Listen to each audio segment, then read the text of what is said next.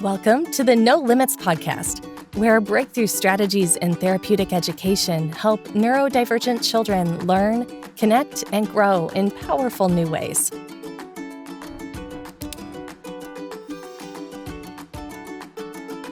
Hello and welcome to the No Limits podcast for kids with unique abilities. I'm Laura Jocelyn. I'm the CEO of Ability Plus Therapy, which is a pediatric rehab facility for the last 21 years. I'm also the co-founder of No Limits Academy, a school for kids with unique abilities, and also the No Limits Method, which is an educational technology company that helps you understand how to educate kids with disabilities. Today, my guest is Dyani Peterson, who is a graduate of No Limits Academy and just in her own right, just amazing.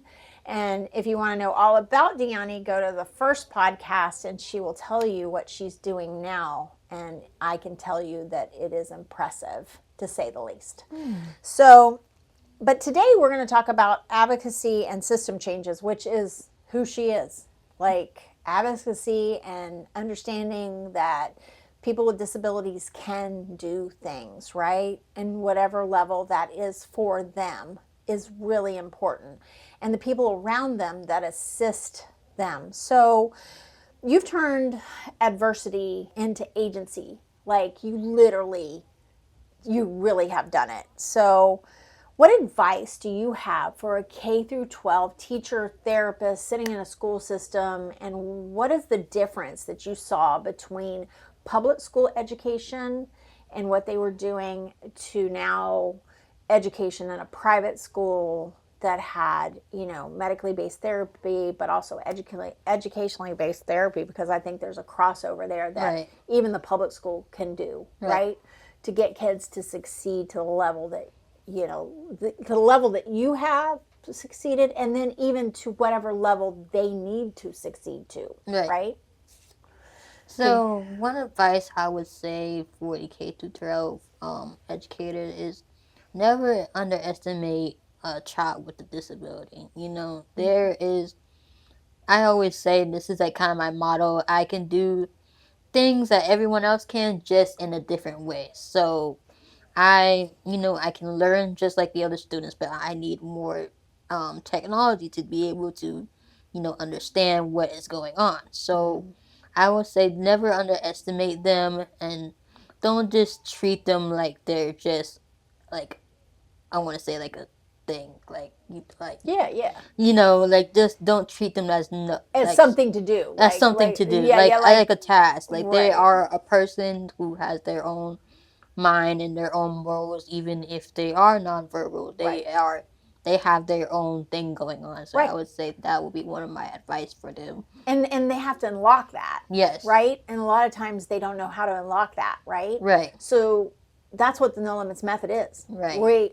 Literally our core values is you can't educate if you can't communicate. Right. Right? You can't do it. Like you can't leave a student in a corner who is nonverbal just and don't interact with them. You need to interact with them and help them to communicate, And especially if they have any motor difficulties. Right. And we know that, we're not trying to down the public school system completely. What we're trying to say is we understand teachers are overwhelmed and with no guidance. And so we've got that for you, right? Because we've done it for the last 19 years at No Limits Academy. So, it is really important to me that, that bar isn't set low, and the technology is advanced, because it is just flying out there, that technology. I mean, you can clearly see, in your chair alone that technology is there. So in the typical path, can you kind of give me what that looked like for you in the public school, and then what the difference was when you came to No Limits Academy? And how old were you when you came here? So when I came to No Limits, I was 9 years old, so I was still about third grade. I did half of third grade in a public school system, and then I came here to No Limits, like the other half of the third grade. So basically what I saw the difference was between the public school and No Limits is that within the public school, I didn't have therapists around me all the time. It was just me and my school aide and the teacher. So I really didn't have that collaboration what we had at No Limits Academy. I didn't have therapists coming around every hour or so to help with the teachers to help me be able to learn this specific subject. I was just basically on my own. And the teacher, at the public school, she didn't know how to. She just gave me work. Right. And I was Right. just 'Cause sitting that's her there. job. Right. And I was just sitting there looking at it like I know I'm smart, Right. but I didn't. Yeah. Yeah. I didn't like that. What I was saying earlier, I didn't understand like the component that you guys brought to me. Like, this is how you have to be positioned in order to see the computer screen straight. This is how you have to be positioned in order to do this specific math equation. This is how you have to do this, especially when it comes to the technology. Back then, I had a really older version of the smart navigation, so it was really difficult to use back in the day, compared to what its technology is right now. So especially at the public school, we didn't have like the smart board.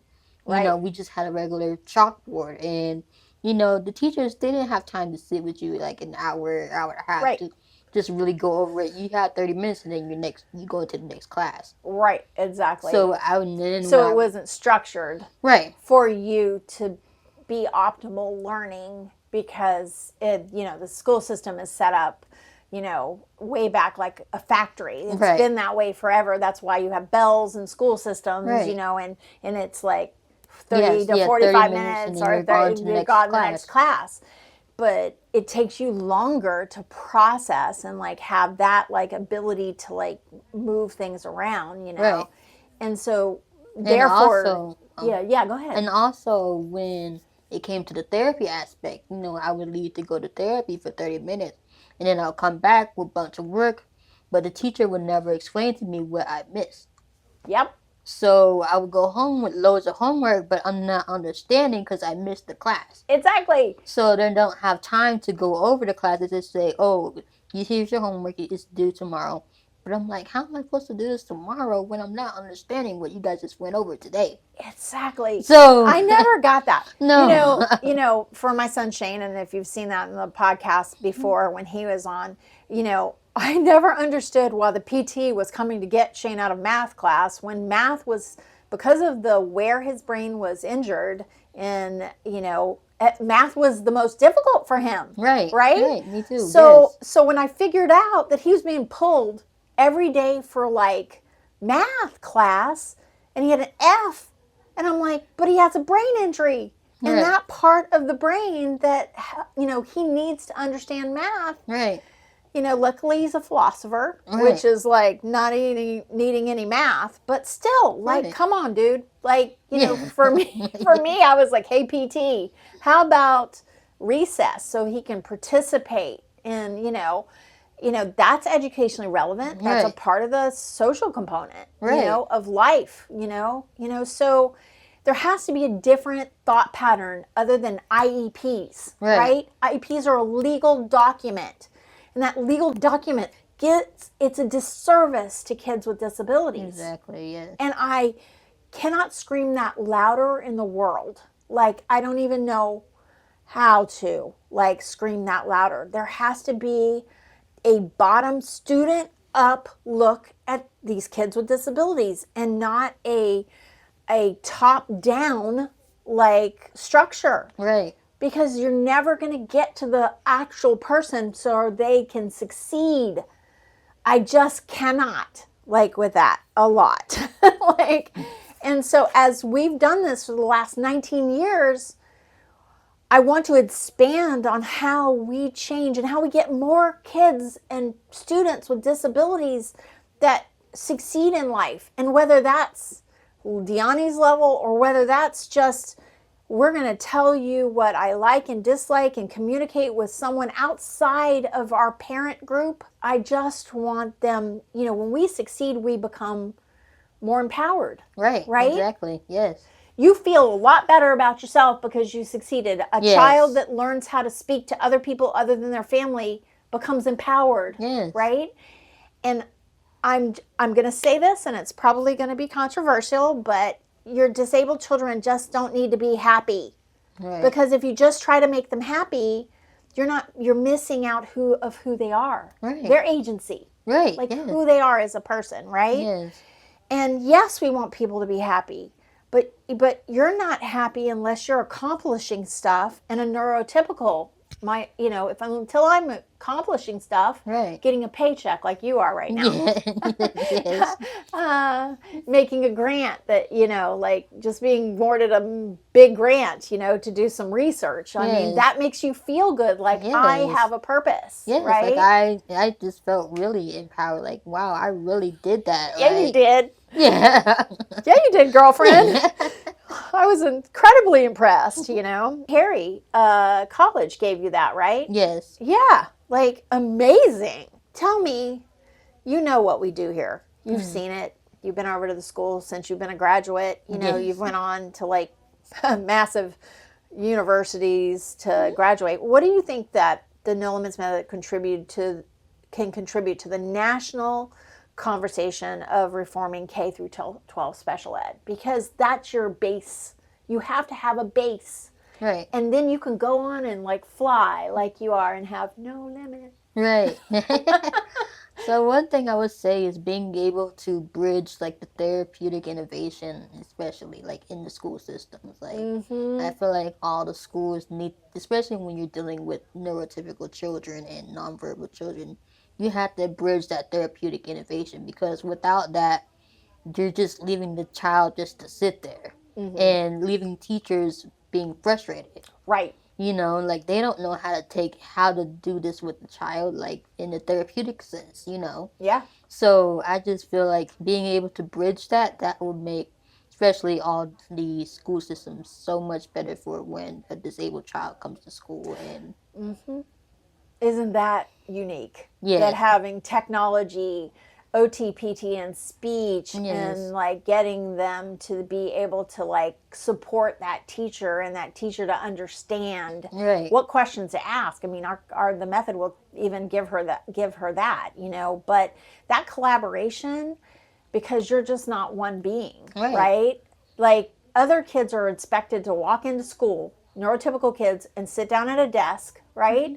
And be able to input all this information. And it doesn't even work well for neurotypical. It didn't work well for me. I have ADHD, right? And dyslexia. So like it didn't really work well for me. Right. Like, so I can only imagine. And when I had 2 kids with CP, I realized that wasn't a thing either, right?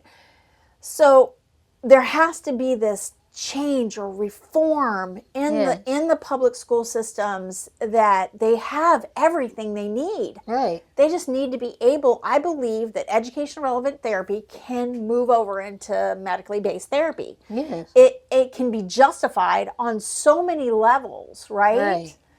Everything that we did for you sitting here as a medically based therapy company could have been justified in educationally based therapy to get you to succeed. Right. Because everything we did made you succeed in your education. Right. So And it's all about that collaboration as well. Exactly. Collaboration is the key. It is. It is. And more thought about person up instead of IEP down. Yes. Right? Because if you can't grasp what that individual needs to get an education, Right. the IEP is not going to give you that. That's a legal document with boxes. Like when my mom used to come to the life plan meetings with you guys, and she was able to look at the paper and see where you guys are taking me as an individual. Right. Instead of just looking at a IEP and just checking off things. She was able to see like, okay, these teachers are really helping my child to succeed. Right. And they're going to get her there. Right. And there's the difference between public and private schools, but we're able to sit here inside of innovation, like we can just, that's the point. And I know that the public schools are tied, and I'm going to get a lot of backlash on this. They're tied in that IEP sense. Right. That's what I want to change too, right? Yes. We talked to, how many senators and congressmen that we have taken through No Limits Academy through the years. And we're still at that level. We're still talking to those congressmen, those senators, and we're saying, change this. Because if you want more people to succeed within the disability community and go out and be like the wonderful, changing the world, because she can see it at such a different level than any other person in your field alone, which is biomedical data science. Exactly.